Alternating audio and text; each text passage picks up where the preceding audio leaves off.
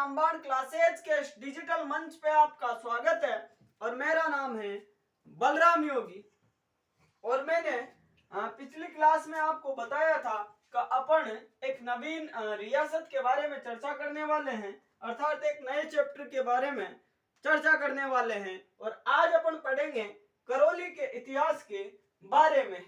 तो आप लोग ज्यादा से ज्यादा इस चैनल को सब्सक्राइब करें और अपने दोस्तों के साथ में शेयर करें।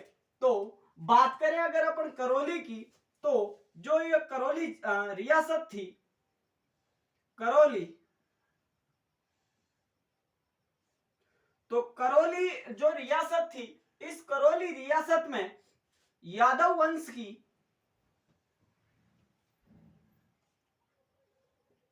वंश की जो जादौन शाखा आती है उसका शासन था। जादौन शाखा का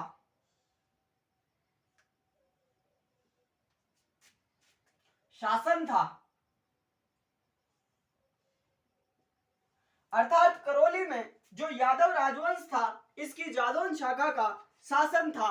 और ये अपने आप को भगवान श्री कृष्ण के जो पुत्र थे प्रद्युम्न, उनके वंशज मानते हैं। और अगर अपन आगे बात करें तो आपने मथुरा का नाम सुना होगा।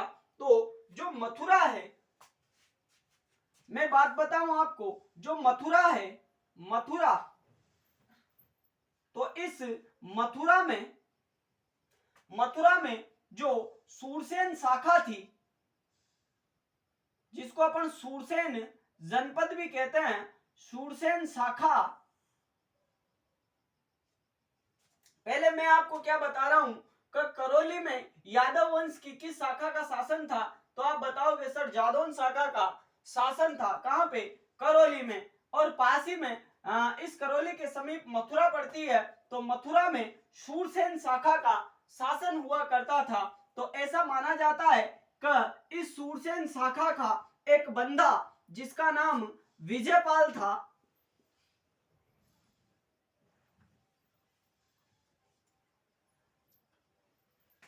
अर्थात मैं आपको क्या बता रहा हूं कि मथुरा में जो सूरसेन शाखा थी, जो सूरसेन कालांतर में जो सूरसेन जनपद बन गया था, तो मथुरा में सूरसेन शाखा के एक व्यक्ति आते हैं, एक बंदा आता है जिसका नाम है विजयपाल। तो इस विजयपाल के द्वारा, इसके द्वारा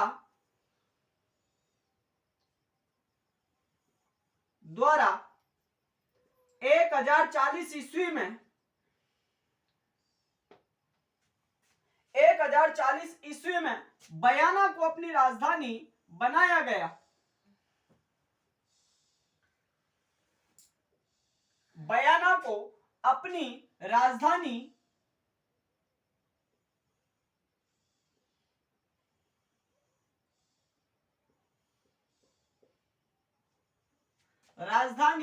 बनाया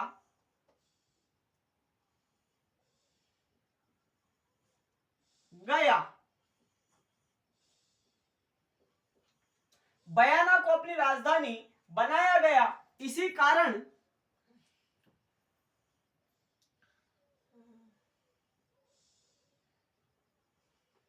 बयाना दुर्ग को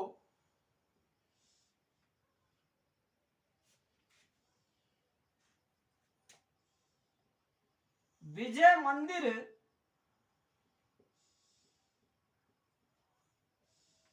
गढ़ के नाम से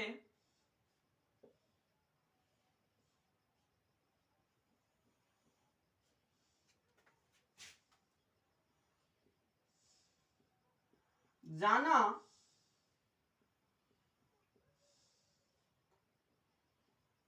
जाता है। तो मैं आपको क्या बता रहा हूं कि करौली में यादव वंश की जादौन शाखा ने शासन किया था। और ये जो मथुरा रियासत थी, जो मथुरा रियासत थी, वहां पे सूरसेन शाखा का एक बंदा अपने राजस्थान की तरफ आ जाता है करौली में। और इसके द्वारा 1040 ईस्वी में ये जो बयाना था, इस बयाना को अपनी कैपिटल बनाया गया। और इसी बयाना दुर्ग को अपन विजय मंदिर गढ़ के नाम से भी जानते हैं। तो इस प्रकार ये सूरसेन शाखा का एक बंदा अपने राजस्थान में करौली रियासत में आ जाता है और 1040 ईस्वी में बयाना को अपनी कैपिटल बना लेता है और इसी बयाना दुर्ग को विजय मंदिर गढ़ के नाम से भी जाना जाता है। फिर आगे एक शासक और होते हैं और उनका नाम आता है तिमनपाल।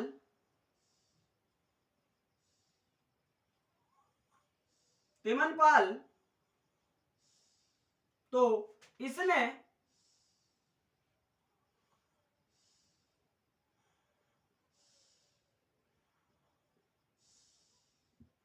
तिमनगढ़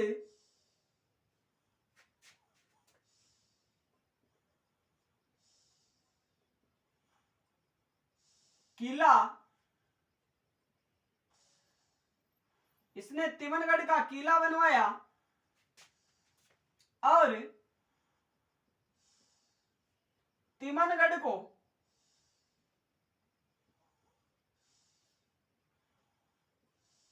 अपनी राजधानी बनाया।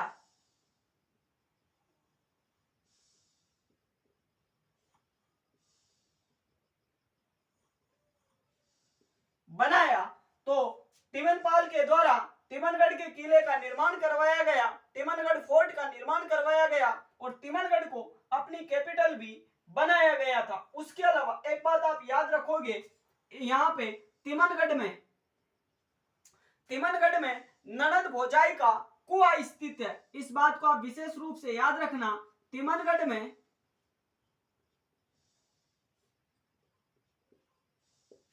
ननद भोजाई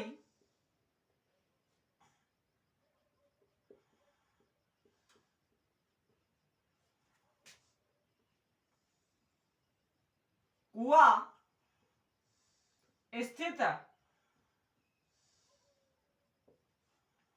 तो मैं और आपको बताऊं अगर इस तिमनगढ़ के बारे में, तो ये जो तिमनगढ़ है, यहाँ पे ऐसा माना जाता है, किंवदंतियों के आधार पर ऐसा माना जाता है कि यहाँ पे किसी ऋषि के श्राप लगे थे।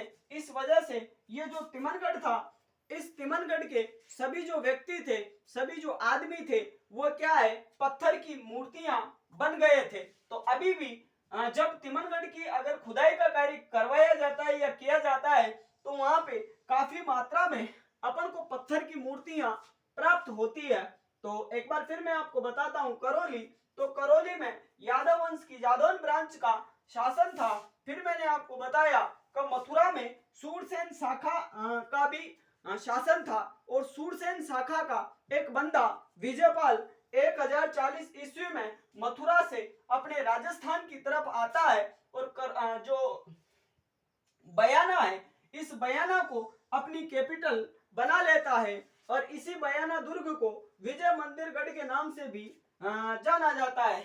आगे अगर अपन बात करें, मैंने आपको बताया तिमनपाल के बारे में, तो इसने तिमनगढ़ के किले का निर्माण करवाया था और तिमनगढ़ को अपनी कैपिटल भी बनाया था और तिमनगढ़ में ननद भोजाई का कुआं भी स्थित है।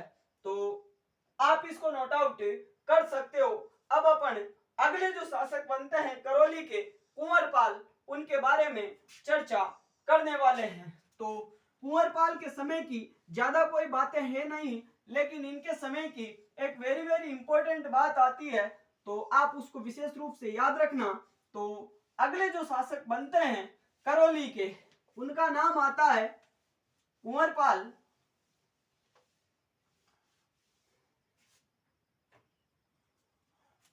उनका नाम क्या आता है, कुंवरपाल।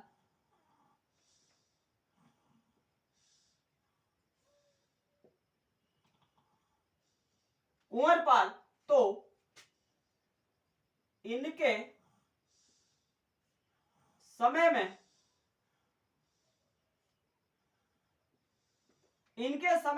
मोहम्मद गौरी के द्वारा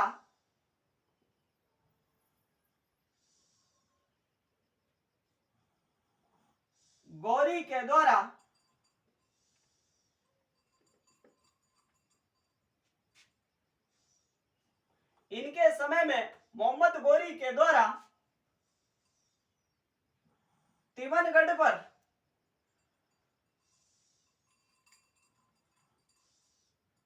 अधिकार कर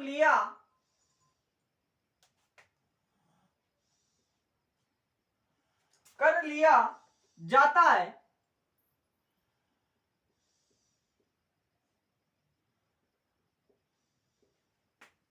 तो कुंवरपाल इनके समय में जो मोहम्मद गोरी था, इस मोहम्मद गोरी के द्वारा किस पे अधिकार कर लिया गया?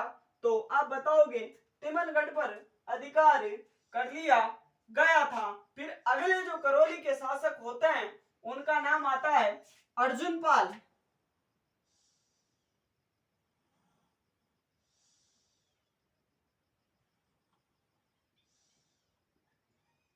अर्जुन पाल, तो इसने क्या किया? 1348 ईस्वी में कल्याणपुरी की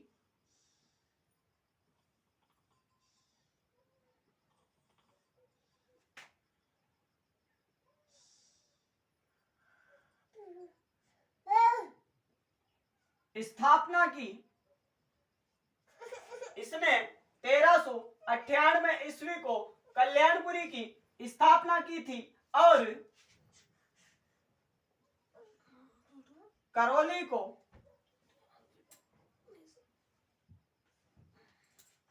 को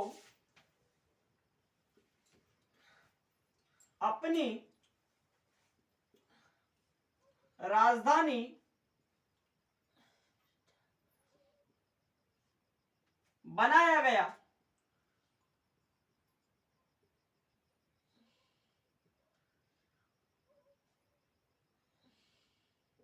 अर्थात इस अर्जुन पाल ने क्या किया? 1348 ईस्वी में कल्याणपुरी की स्थापना की और ये जो करौली थी, इस करौली को अपनी कैपिटल बनाया था। आगे अगले एक और शासक होते हैं और उनका नाम मिलता है अपन को गोपाल पाल।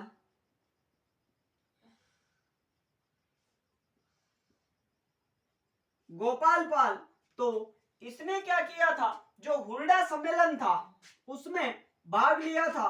तो इसने हुरडा सम्मेलन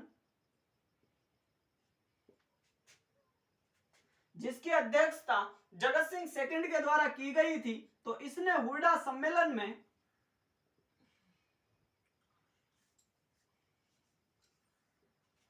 भाग लिया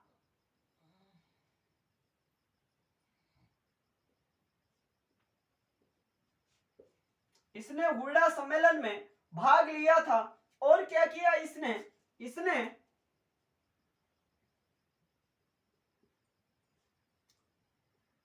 करौली में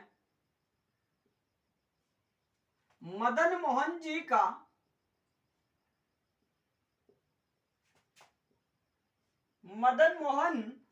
का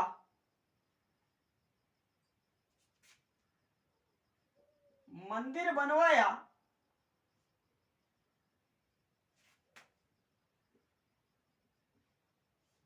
जो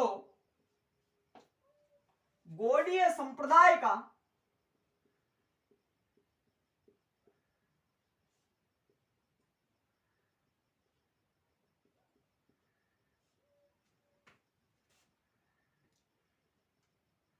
प्रमुख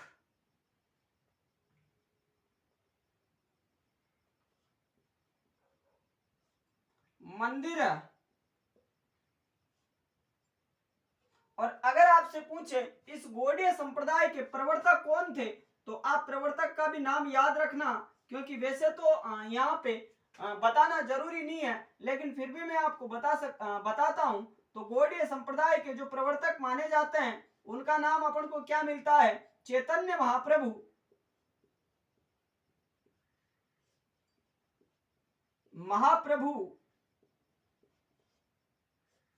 तो एक बार फिर मैं आपको बताता हूं, कुंवरपाल, तो इसके द्वारा इसके समय में मोहम्मद गोरी के द्वारा तिमनगढ़ के ऊपर अटैक किया गया और तिमनगढ़ को इस कुंवरपाल से छीन लिया था।